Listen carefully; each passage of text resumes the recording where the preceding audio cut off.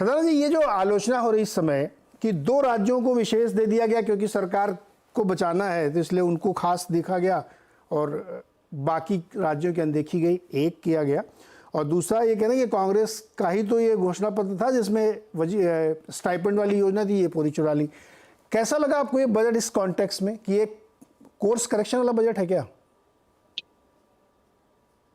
नीरज जी, अभी बहुत मेहनत करनी पड़ रही है सिद्धार्थ यादव जी को ये समझाने के लिए कि ये बजट जो होता है पूरे देश के लिए होता है, हर स्टेट के लिए एलोकेशन होता है। कितना परिश्रम करना पड़ रहा है, क्यों परिश्रम करना पड़ रहा है?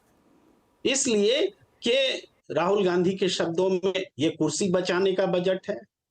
कई लोग मान रहे हैं कि ये मिनिमम सपोर्ट प्राइस जो है मिल गया है नीतीश कुमार को, मिल गया है चंद्रबाबू नायडू को। तो ये जो पॉलिटिकली हुआ है, और आपने भी प्रश्नों से जानना चाहा सिद्धार्थ जी से कि भाई पहले ये क्यों नहीं हुआ, पहले बिहार को ये स्पेशल बात क्यों नहीं की गई या आंध्र को क्यों नहीं दी गई। जाहिर बात है कि पॉलिटिक्स है और कहीं ना कहीं ये गठबंधन सरकार चलाने की मजबूरी है।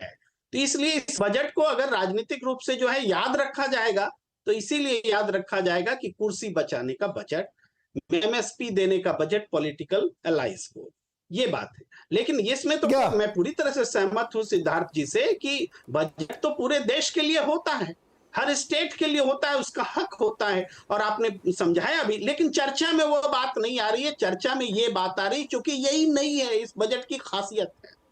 तो गलत है क्या ये?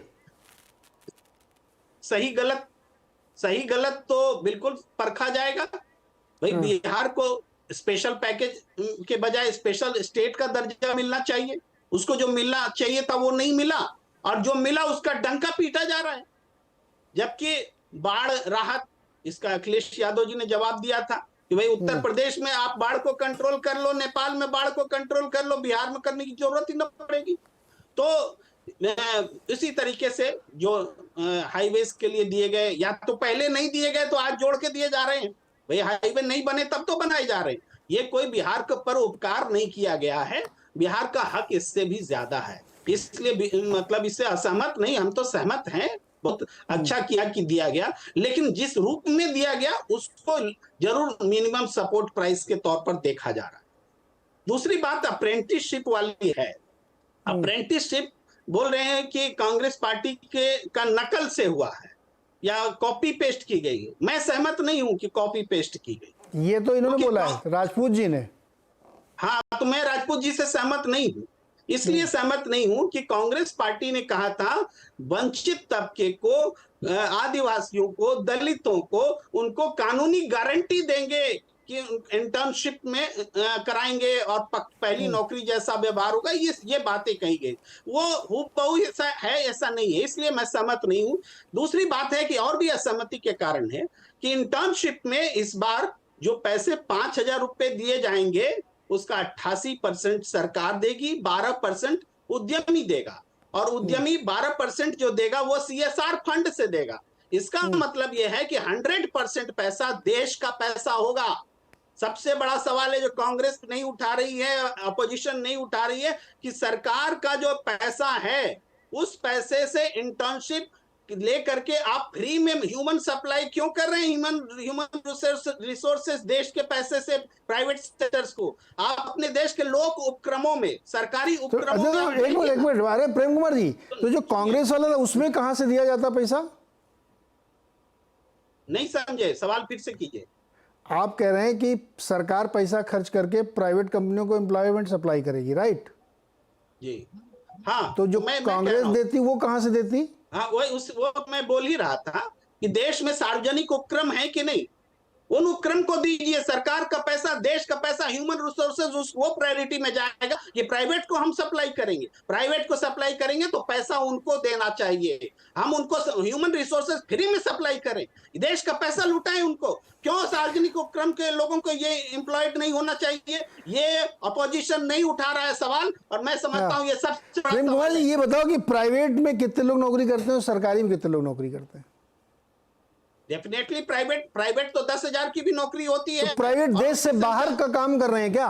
नहीं, आप भी क्या बातें कर रहे हो सर? नहीं, आप सुनिए, 500 के करीब में कंपनियों के बीच में सरकार ने कहा है उनके बीच में हम एम्प्लॉय करेंगे, ये हाँ, कहा तो है ना? तो क्यों हाँ, आप लोक उपक्रम को क्यों छोड़ेंगे? सरकार का पैसा आप देने भाई, दीजिए ना, वो एक मिनट प्राइवेट सर, सेक्टर सुनो अपने ना। पॉकेट से पैसा दे इंटर्नशिप का, सुनो ना, इसकी सुनो ना गारंटी सर, करिए। सुनो ना सर, जब आप प्राइवेट कंपनियों से टैक्स वसूलते हो तब ये जो मतभेद आप कर रहे हो यहाँ बैठ के, नहीं ये देखो, सुनिए ना सार्वजनिक सर, उपक्रम का सारा मुनाफा सरकार के पास जाता है। अरे सुनो ना सर, एक मिनट मेरी बात तो सुन लो। ये इस तरह का भेदभाव मत करो कि इनको क्यों दे रहे हो, पीएलआई स्कीम क्यों चल रही है, इंडस्ट्री को सनसेट क्लॉज क्यों दिया जाता है, एंजल टैक्स क्यों रिबेट दी गई, ये सब बातें नहीं प्रेम कुमार जी, ये एकदम गलत बात है।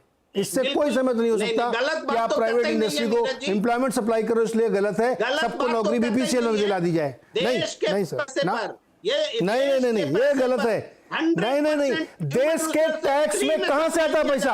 आप मुझे बताइए कि 38 लाख करोड़ का जो टैक्स मॉप अप होता है वो उसमें सार्वजनिक उपक्रम कितना देते हैं आप? सार्वजनिक उपक्रम के सारे मुनाफे सरकार लेती है। अरे दादा भाई तो कह रहा हूं ना मैं कि जो टैक्स मॉप अप होता है उसमें कितना कंट्रीब्यूशन करते हैं लोग। नहीं ये गलत है ना, बिल्कुल नहीं प्रेम कुमार जी, एकदम नहीं। आप अपनी बातों में कोर्स करेक्शन करिए, ये भेद मत करिए कि सिर्फ इधर दीजिए उधर मत दीजिए, ये ना बिल्कुल गलत है सरदाना जी। देखिए अब ये यहाँ पे तक की आलोचना में ये मेरी आपत्ति है। भाई ठीक है, आप राजनीतिक आरोप लगाओ कि उनको ज्यादा दिया इनको कम दिया, चलेगा, लेकिन अब ये मत करिए आप। एम्प्लॉयमेंट जनरेशन इस देश में प्राइवेट सेक्टर में हो रहा है प्रेम कुमार जी, डेटा उठा के पढ़िए। जनरेशन हो रहा है तो क्या सरकार तनख्वाह भी दे उसकी तरफ तो से? तनख्वाह कहां दे रही है?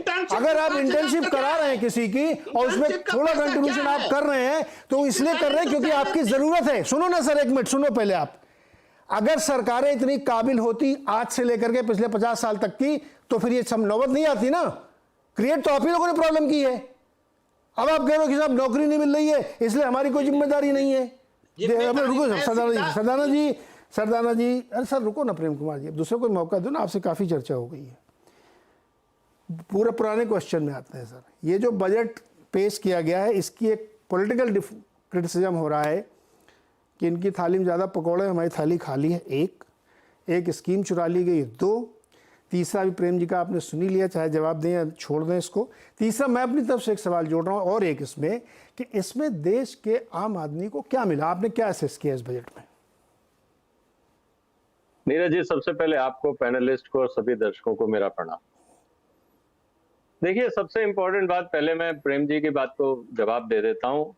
इनका सजेशन इंपॉर्टेंट है। कल से जितने भी सरकारी कॉलेज हैं, इंजीनियरिंग कॉलेज हैं, एमबीए कॉलेज हैं, डिग्री कॉलेज हैं, उनको बोलें कि प्राइवेट नौकरियों में अप्लाई करना बंद करें।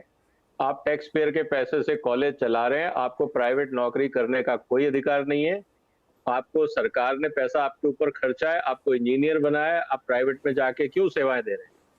सिर्फ सरकारी नौकरी करें, उसके अलावा कोई नौकरी ना करें।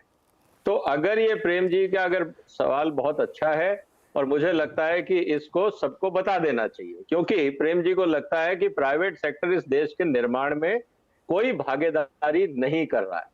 इस तरह की सोच ने ही इस देश को पीछे रखा है। यही सोच है कि इस देश में इन्वेस्टमेंट नहीं आता। यही सोच है कि हम लोग आज भी सब्सिडी के मोहताज हैं। यही सोच है जो इस देश को कभी आगे नहीं ले जाना चाहता और ब्रेन ड्रेन होता है।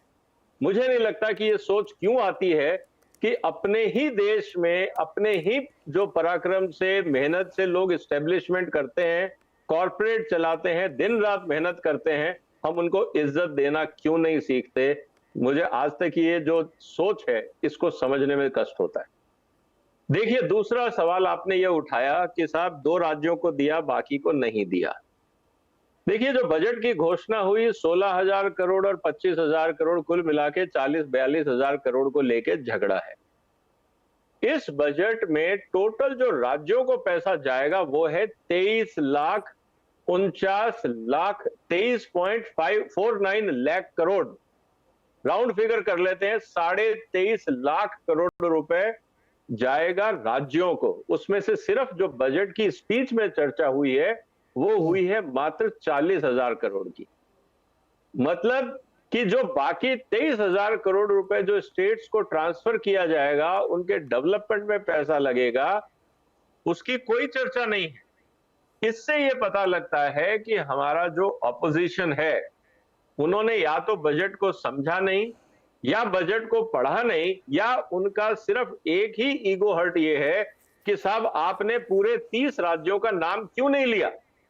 आप 30 का नाम ले लेते और बोलते कि हम 30 राज्यों में 23.49 लाख करोड़ रुपए ट्रांसफर कर रहे हैं, तो क्या ऑपोजिशन ताली बजाता?